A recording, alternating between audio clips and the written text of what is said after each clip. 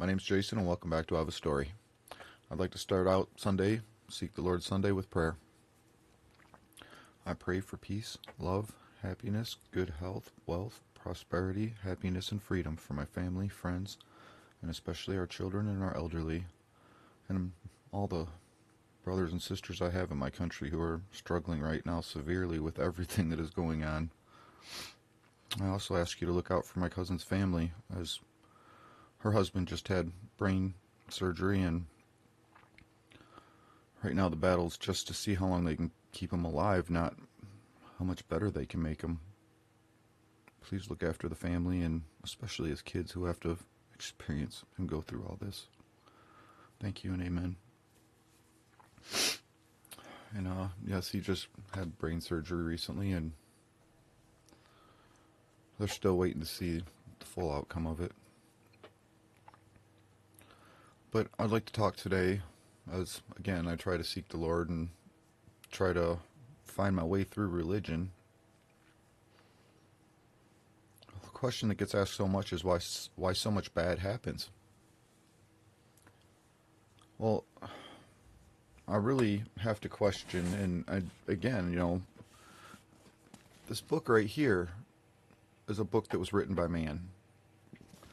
And one of the things that I see as I seek religion and look for answers in religion and try to educate myself on religion, one of the things that's depicted throughout history is that priests and many people back, not knowing, or maybe they did know, but they were in a world of hallucinogenics. If you go back to the very first Romeo and Juliet that was ever created, which was back in what, the 60s, I believe, 70s. I mean, it was a long time ago. That movie, the very first Romeo and Juliet, maybe it was even prior to that. I don't know. But if you go back and watch the very first Romeo and Juliet, it's even depicted in there, the priest sitting in fields of poppy plants. Did the Lord really part the seas, or did they just have a great hallucinogenic experience? That's what goes through my head, and I question. But I also know that, again, every Bible was written by man. So, and the Bible was the first book that was ever written. So there's a lot of things that go to question in all of that. But what I don't question is the values and morals that are put into that. It's funny that all the way back then, those people, we look at them as such cavemen, lack of knowledge and experience, but yet it seems like we've really gone an opposite direction in knowledge and experience. This book was written to just show us the rights and wrongs and the ways of life.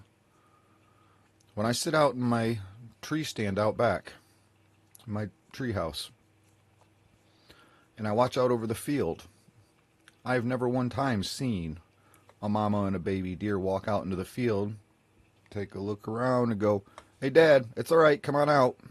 No, that's the dad's job.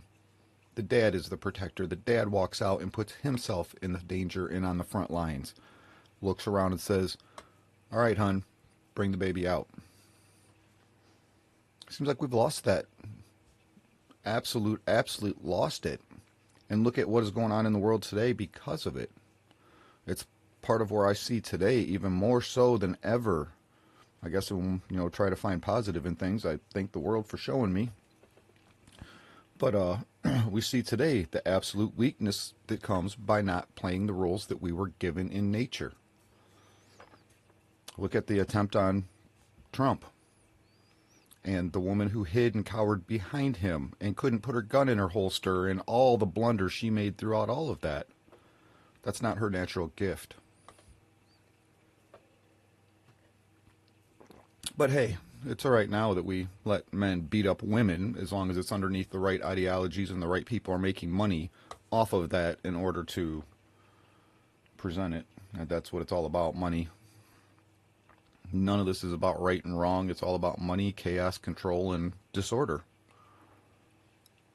This book taught us all of that. Amazing how they knew it then and we lost it today.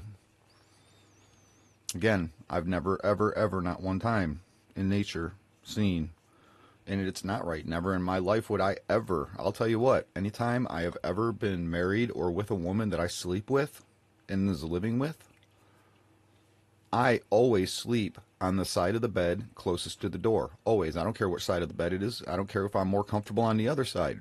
It's my job to protect the woman. So I sleep near the door of the bedroom because if anybody comes through that door, I'm the first person they get, not her. And I'm the first line of defense to protect her. That is natural in me, and it's what I do. We've taken that all away. We seem to have lost all of that and forgotten all of that, but yet they knew it so long ago. Those are the values that I hold on to in that book. That, to me, it's a tool. It's a learning experience. People want to say, I'm educated, but what do you do to educate yourself? Do you actually immerse yourself in it and read and knowledge, gain knowledge, and then come out with a fact and of your opinion? Or do you just know it all because you saw it on Grey's Anatomy? Or whatever show you watch that's there to manipulate you. That's, I used to laugh. It's amazing. I used to laugh when people tell me, oh, the TV's the devil. I never understood it until becoming older and actually seeing what, especially just the past 3.5 years, what's taken place in our country. It shows it. So I understand the necessity of this book. And it's something that more people need in their lives and need to understand and read and gain experience and knowledge in. That was part of the drive of taking it out of school and taking it away from people, was to create the chaos and to create the havoc and the unbalance that we have, not only in our country, but the balance that nature gave us.